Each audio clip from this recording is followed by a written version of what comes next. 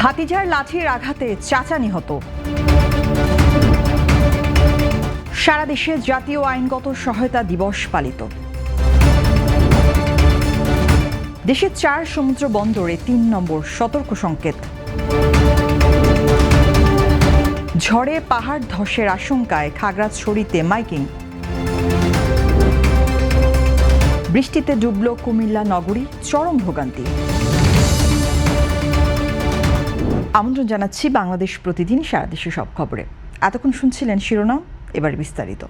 পদ্মা সেতু, metro rail এবং elevated expressway নির্মাণের গর্বিত অংশীদার বসুন্ধরা সিমেন্ট। গাইবান্ধার গোবিন্দগঞ্জে জমি সংক্রান্ত বিরোধের জেরে ভাতিজার লাঠির আঘাতে চাচা কপিল উদ্দিন মাস্টার নিহত হয়েছেন।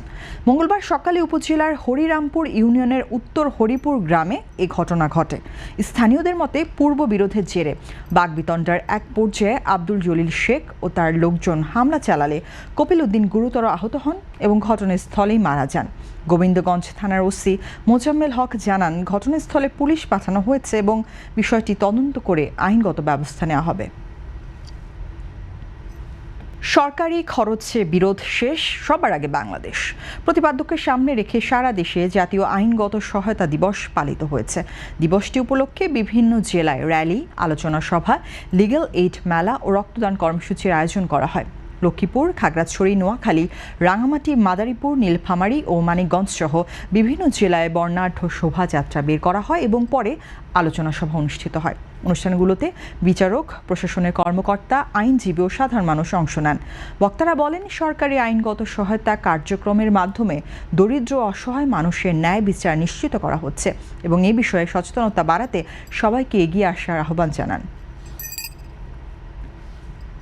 উত্তর বঙ্গোপসাগর ও তৎসংলগ্ন এলাকায় বায়ুচাপের তারতম্য বৃদ্ধি পাওয়ায় সমুদ্র উত্তাল হয়ে উঠতে পারে বলে সতর্ক করেছে বাংলাদেশ আবহাওয়া অধিদপ্তর। এ অবস্থায় দেশের 4 সমুদ্র বন্দরকে 3 নম্বর স্থানীয় সতর্ক সংকেত দেখাতে বলা হয়েছে। 28 এপ্রিল মঙ্গলবার সংস্থাটির ভেরিফাইড ফেসবুক পেজে প্রকাশিত সতর্কবার্তায় বলা হয়, বায়ুচাপের এই তারতম্যের কারণে উত্তর বঙ্গোপসাগরে দমকা বা ঝোড়ো হাওয়া বয়ে যেতে পারে এবং সমুদ্রের অবস্থা অস্থির থাকতে পারে। এ কারণে চট্টগ্রাম, কক্সবাজার, মোংলা এবং পায়রা সমুদ্র বন্দরসমূহকে 3 নম্বর স্থানীয় সতর্ক সংকেত প্রদর্শনের নির্দেশ দেওয়া হয়েছে। একই সঙ্গে উত্তর বঙ্গোপসাগরে অবস্থানরত সব মাছ ধরার নৌকা ও ট্রলারকে পরবর্তী নির্দেশ না দেওয়া পর্যন্ত উপকূলের কাছাকাছি অবস্থান করে সতর্কতার সঙ্গে চলাচল করতে বলা হয়েছে। আবহাওয়া অধিদপ্তর জানিয়েছে, পরিস্থিতির উন্নতি বা অবনতি হলে পরবর্তী সময়ে নতুন নির্দেশনা জারি করা হবে। বৈশাখী ঝড়ের তাণ্ডবে গাছ উপড়ে পড়ে খাগড়াছড়ি পানছড়ি সড়কে টানা 3 ঘন্টা যান চলাচল বন্ধ ছিল। মঙ্গলবার সকাল 11টা থেকে দুপুর 2টা পর্যন্ত নালকাটা ব্রিকফিল্ড এলাকায় সড়কের উপর বিশাল গাছ পড়ে গেলে এ পরিস্থিতি সৃষ্টি হয়। এতে সড়কের 2 পাশে দীর্ঘ যানজট ও যাত্রীদের দুর্ভোগ দেখা দেয়। পরে স্থানীয়রা গাছ কেটে সরালে যান চলাচল স্বাভাবিক হয়। ঝড় ও টানা বৃষ্টিতে জেলার বিভিন্ন স্থানে বোরো ধান নুয়ে পড়েছে এবং চেঙ্গি নদীর পানি দ্রুত বাড়ছে। এদিকে মৌসুমী বায়ুর প্রভাবে সম্ভাব্য ঘূর্ণিঝড় ও পাহাড় ধসের আশঙ্কায় খাগড়াছড়ি সদরের ঝুঁকিপূর্ণ এলাকায় সতর্কতা জারি করেছে প্রশাসন। জেলা তথ্য অফিস মাইকিং করে পাহাড়ের পাদদেশে বসবাসকারীদের নিরাপদ স্থানে সরে যাওয়ার আহ্বান জানিয়েছে। কেরানীগঞ্জের আবদুল্লাপুর এলাকায় ফুটপাত ও সড়ক দখল করে অবৈধ দোকান বসানোর ফলে প্রতিদিন তীব্র যানজটের সৃষ্টি হচ্ছে। এতে পথচারী ও যাত্রীদের ভোগান্তি চরমে পৌঁছেছে। ঢাকা মাওয়া মহাসড়কের সার্ভিস লেনে বিকাল থেকে মধ্যরাত পর্যন্ত যানজট লেগেই থাকে। ফুটপাত দখল করে ভ্রাম্যমাণ দোকান, স্ট্রিট ফুড ও ফলের দোকান বসানোয় পথচারীরা সড়কে নেমে চলাচল করতে বাধ্য হচ্ছেন। বাড়ছে দুর্ঘটনার ঝুঁকি। পাশাপাশি রিকশা ও অটোরিকশার অবৈধ পার্কিং পরিস্থিতি আরও জটিল করছে। স্থানীয়দের অভিযোগ, এসব দোকান থেকে প্রতিদিন চাঁদা আদায় করে একটি প্রভাবশালী চক্র। এ বিষয়ে ব্যবস্থা নেওয়ার দাবি জানিয়েছেন ভুক্তভোগীরা। কালবৈশাখী ঝড় ও টানা ভারী বৃষ্টিতে কুমিল্লা নগরীর সড়ক তলিয়ে গিয়ে জনজীবন বিপর্যস্ত হয়ে পড়েছে। অনেক স্থানে হাঁটু সমান পানি জমে চলাচল ব্যাহত হচ্ছে। ভোগান্তিতে পড়েছেন শিক্ষার্থী, অভিভাবক সহ সাধারণ মানুষ। বৃষ্টিতে কুমিল্লা মেডিকেল কলেজ হাসপাতালের ক্যাম্পাসও প্লাবিত হওয়ায় চিকিৎসা সেবায় বিঘ্ন ঘটছে। এছাড়া বিভিন্ন উপজেলায় গাছ উপড়ে পড়ে যান চলাচল ব্যাহত এবং ৪৮ ঘন্টা ধরে বিদ্যুৎ বিচ্ছিন্ন থাকার খবর পাওয়া গেছে। এদিকে ধান সহ ফসলের ব্যাপক ক্ষতির আশঙ্কাও করা হচ্ছে। বাংলাদেশ আবহাওয়া অধিদপ্তর জানিয়েছে, সকাল থেকে দুপুর ১২টা পর্যন্ত ১০২ মিলিমিটার বৃষ্টিপাত রেকর্ড করা হয়েছে। সিরাজগঞ্জে ছিনতাই হওয়া ৬১০ বস্তা চাল কালিয়াকৈর বাজার এলাকা থেকে উদ্ধার করেছে পুলিশ। এ ঘটনায় ২ জনকে আটক করা হয়েছে। পুলিশ জানায়, রোববার রাতে বগুড়া থেকে ঢাকাগামী একটি ট্রাকে থাকা চাল সিরাজগঞ্জের কড্ডা মোড়ে মাইক্রোবাস ও প্রাইভেট কারের মাধ্যমে ছিনতাই করা হয়। এ সময় চালক ও হেলপারকে বেঁধে ধান খেতে ফেলে রেখে যায় দুর্বৃত্তরা। ঘটনার পর সিমলা থানায় অভিযোগ দায়ের হলে বিভিন্ন থানায় সতর্ক বার্তা পাঠানো হয়। পরে মঙ্গলবার সকালে কালিয়াকৈর থানা পুলিশ গোপন সংবাদের ভিত্তিতে বাজার এলাকার ৩টি দোকান থেকে ছিনতাই হওয়া চাল উদ্ধার করে। কালিয়াকৈর থানার ওসি রবিউল ইসলাম জানান, উদ্ধার হওয়া চাল জব্দ করা হয়েছে এবং এই ঘটনায় ২ জনকে আটক করা হয়েছে। মামলার প্রক্রিয়া চলমান রয়েছে।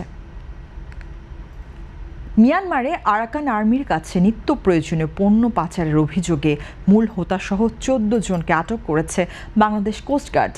সেন্ট মার্টিন দ্বীপের উত্তর পশ্চিম গভীর সমুদ্রে অভিযান চালিয়ে ১৩ পাচারকারী ও প্রায় ৯০০ বস্তা সিমেন্ট জব্দ করা হয়।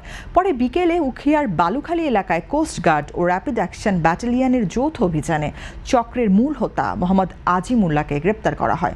প্রাথমিক জিজ্ঞাসাবাদে জানা গেছে, চক্রটি দীর্ঘদিন ধরে মিয়ানমারে পণ্য পাচার করে আসছিল এবং এর বিনিময়ে মাদকসহ নিষিদ্ধ পণ্য দেশে আনার চেষ্টা করত। আটক ব্যক্তিদের ও জব্দ মালামাল টেকনাফ মডেল থানায় হস্তান্তর করা হয়েছে। ইউরোপের বাজারে চাঁপাইনবাবগঞ্জের উন্নত জাতের আম রপ্তানি বাড়াতে দিনব্যাপী প্রশিক্ষণ কর্মশালা অনুষ্ঠিত হয়েছে। মঙ্গলবার সকালে কল্যাণপুর হর্টিকালচার সেন্টারে আয়োজিত এই কর্মশালা উদ্বোধন করেন মোহাম্মদ হাফিজুর রহমান। কৃষি সম্প্রসারণ অধিদপ্তরের কারিগরি সহায়তা এবং বাণিজ্য মন্ত্রণালয়ের অ্যাগ্রো প্রোডাক্টস বিজনেস প্রমোশন কাউন্সিলের আর্থিক সহযোগিতায় কর্মশালা আয়োজন করে Bangladesh foods, vegetables and allied products exports association. এতে জেলা কৃষি সম্প্রসারণ অধিদপ্তরের উপপরিচালক ডক্টর ইয়াসিন আলী ও আঞ্চলিক উদ্যান তত্ত্ব গবেষণা কেন্দ্রের প্রধান বৈজ্ঞানিক কর্মকর্তা ডক্টর মোহাম্মদ শরফুদ্দিন উপস্থিত ছিলেন। কর্মশালায় আম রপ্তানিকারক, কৃষি কর্মকর্তা, কৃষক ও সরবরাহকারী সহ প্রায় ৫০ জন অংশ নেন। দিনাজপুরের ঘোড়াঘাটে ৭০ বছর বয়সী বৃদ্ধা অলেদা বেওয়াকে হত্যা ও লুটপাটের ঘটনায় নাতিসহ ৩ জনকে গ্রেফতার করেছে পুলিশ। মঙ্গলবার পুলিশ সুপারের কার্যালয়ে সংবাদ সম্মেলনে এই তথ্য জানান মোহাম্মদ আনোয়ার হোসেন। গ্রেপ্তারকৃতরা হলেন ফজলা রাব্বি রানা, মুলফিকুর রহমান নাজ ও নাজমুল হুদা শান্ত। তাদের কাছ থেকে লুট হওয়া স্বর্ণালঙ্কার উদ্ধার করা হয়েছে। পুলিশ জানায়, অনলাইন জুয়ায় আসক্ত হয়ে ঋণের জর্জরিত হয়ে তারা চুরির পরিকল্পনা করে। নাতির দেওয়া তথ্যের ভিত্তিতে তারা বাড়িতে ঢুকে বৃদ্ধাকে বেঁধে শ্বাসরোধে হত্যা করে। পরে যৌথ অভিযানে তাদের গ্রেফতার করা হয়। ঘটনায় মামলা দায়ের হয়েছে। পটুয়াখালীর কলাপাড়ায় কালবৈশাখী ঝড়ে অন্তত ৫টি বসতঘর পুরোপুরি বিধ্বস্ত এবং অর্ধশতাধিক ঘর আংশিক ক্ষতিগ্রস্ত হয়েছে। মঙ্গলবার দুপুরে উপজেলার নীলগঞ্জ ইউনিয়নের নবাবগঞ্জ ও সলিমপুর গ্রামে ঝোড়ো হাওয়ায় এই ক্ষয়ক্ষতি ঘটে। স্থানীয়দের বরাতে জানা গেছে, প্রচণ্ড বৃষ্টি ও ঝড়ের কারণে কয়েকটি ঘর সম্পূর্ণ ভেঙে পড়ে। ক্ষতিগ্রস্ত পরিবারগুলো বর্তমানে প্রতিবেশীদের বাড়িতে আশ্রয় নিয়েছে। এছাড়া চাকামাইয়া, লতাচাপলি, মহিপুর, ধুলাসার ও মিঠাগঞ্জ ইউনিয়নেও ব্যাপক ক্ষয়ক্ষতির খবর পাওয়া গেছে। ঝড়ে শত শত গাছপালা উপড়ে পড়েছে। লালমনিরহাটে অনলাইন জুয়ার সঙ্গে জড়িত থাকার অভিযোগে ৩ জনকে গ্রেপ্তার করেছে পুলিশ। এ সময় মোবাইল ফোন ও একাধিক সিম কার্ড জব্দ করা হয়েছে। পুলিশ জানায়, গোপন সংবাদের ভিত্তিতে লালমনিরহাট সদর উপজেলার নবীনটারি এলাকায় একটি মুদি দোকানে অভিযান চালিয়ে তাদের আটক করা হয়। আটকরা হলেন মাধবচন্দ্র রায়, সুমন চন্দ্র রায় ও গৌরাঙ্গ রায়। তাদের কাছ থেকে 3টি মোবাইল ফোন ও 35টি সিম কার্ড জব্দ করা হয়েছে, যেগুলো অনলাইন জুয়া ও অর্থ লেনদেনে ব্যবহার করা হতো বলে জানায় পুলিশ। লালমনিরহাট সদর থানার ওসি সাদ আহমেদ জানান, এই ঘটনায় মামলা প্রক্রিয়াধীন রয়েছে এবং অনলাইন জুয়া বিরোধী অভিযান অব্যাহত থাকবে। খাগড়াছড়ি চট্টগ্রাম সড়কের আলুটিলা এলাকায় সিএনজি ও মাইক্রোবাসের মুখোমুখি সংঘর্ষে একজন নিহত ও একজন আহত হয়েছেন। মঙ্গলবার সকাল 11টার দিকে মাটিরাঙ্গা থেকে খাগড়াছড়ি গামী সিএনজির সঙ্গে বিপরীত দিক থেকে আসা একটি মাইক্রোবাসের সংঘর্ষ হয়। এতে সিএনজিতে থাকা মোহাম্মদ এনায়েত হোসেন সৌরভ ও তার স্ত্রী প্রিয়া আক্তার গুরুতর আহত হন।